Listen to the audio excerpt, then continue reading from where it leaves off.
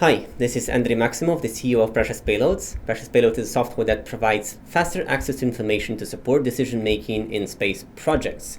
So we help space entrepreneurs test their business and technology hypotheses with their payloads in space up to 10x faster and 5x cheaper while using our software. So today's video is going to be about what you need to know for your next meeting with your launch provider when you're considering booking a seat for your satellite on that fancy launch vehicle. We have launched a commercial service in late 2018 where our software helps you plan your launch campaign, consider different launch options, and recently we have unveiled the new launch comparison tool that lets you compare different launch options that you get either offline or through your channels or through our software across 22 different parameters, both technical, legal, commercial-wise. And we develop our own scoring system that helps you make a decision. But today I'm basically giving out the things to ask your launch provider that would help you minimize the risks and help you reduce the delays, reduce the price of your launch campaign.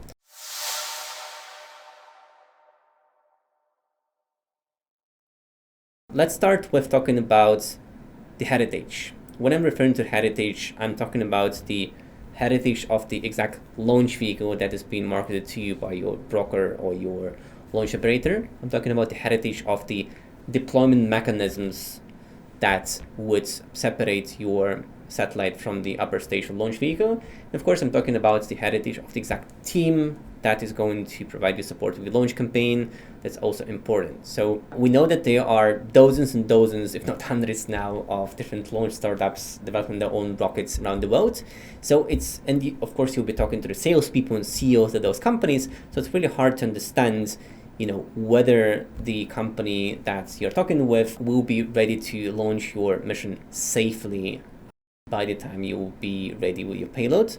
So yeah, be critical to that and do your research and ask the tough questions where they are now with the development of their launch vehicle.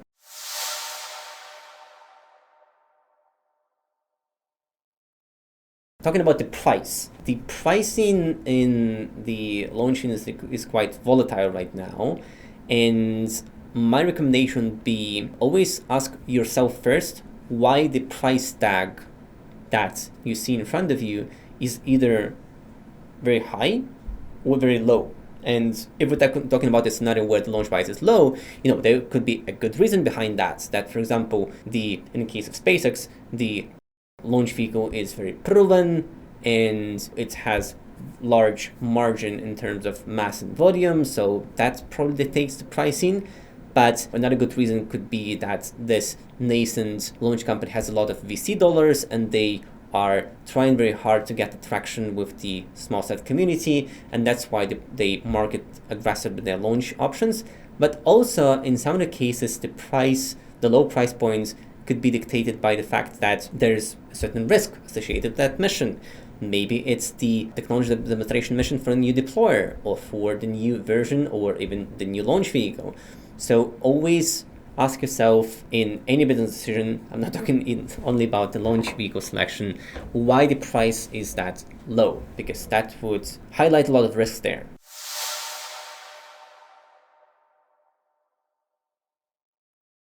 When we're talking about the risks, always ask your broker or the launch operator what would happen in a case that either the launch get delayed or the launch vehicle experience a failure on the previous mission, before the one that you booked.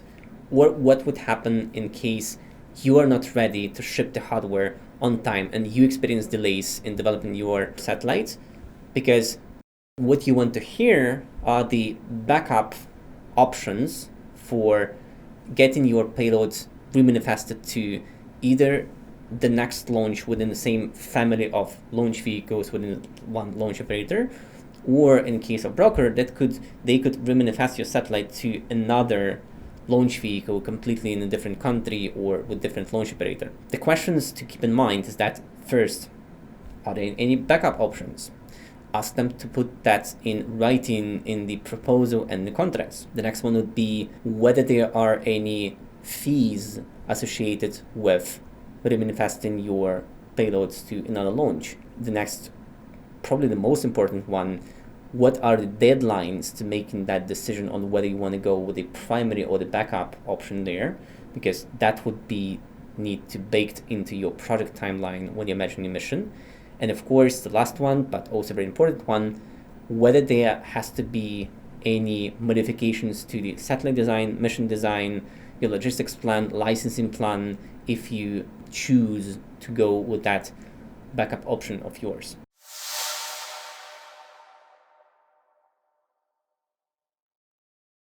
Always asked about the type of your launch.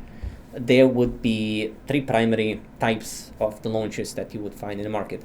The first one, of course, the easiest one is dedicated launch. You have enough budget, or there's certain discount, or you have a specific mission that would need to go to custom orbit. You can afford having a dedicated launch for yourself. That means you are booking the entire rocket for yourself.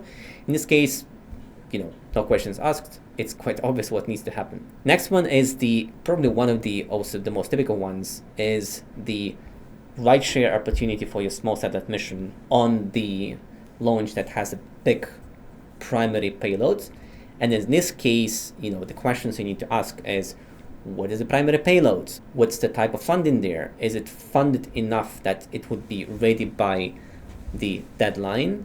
And in this scenario, your risk of the delay of the mission is quite minimal, because if the launch is manifested, if the payload is contracted and well funded, then nothing would stop them from making the launch on time. And for the launch operator, the additional customers that go on the rideshare service there is usually treated like an additional revenue, or sort of the discount that they would give to the primary payload, because the primary allowed them to have those rideshare slots with them. And because when you compare it to the third option, which is a cluster launch, is the completely different family of launches out there. So the cluster launch it's like a bus where the bus is waiting for the certain amount of passengers to be loaded on that mission. And usually when the launch operator or the particular broker that has some capacity on that launch vehicle achieves its break-even point in terms of the amount of revenue they're getting from those aggregation of payloads, they would confirm with the launch operator that it's a go for launch. But if not, then they would just give you another later launch date for them to be able to wait for the more customers to come on board. And in this situation, the questions need to ask is, in the case that's a cluster launch, of course, whether they have reserved and confirmed their capacity on that launch, whether they would wait for more customers to come. And if there's that asterisks on their launch slot saying that it's confirmed if we'll get X more customers to that cluster. So those would be the questions you want to ask about the type of the launch option in front of you. So I think those would be my three biggest takeaway from the helping negotiate many dozens of the launch opportunities for our customers.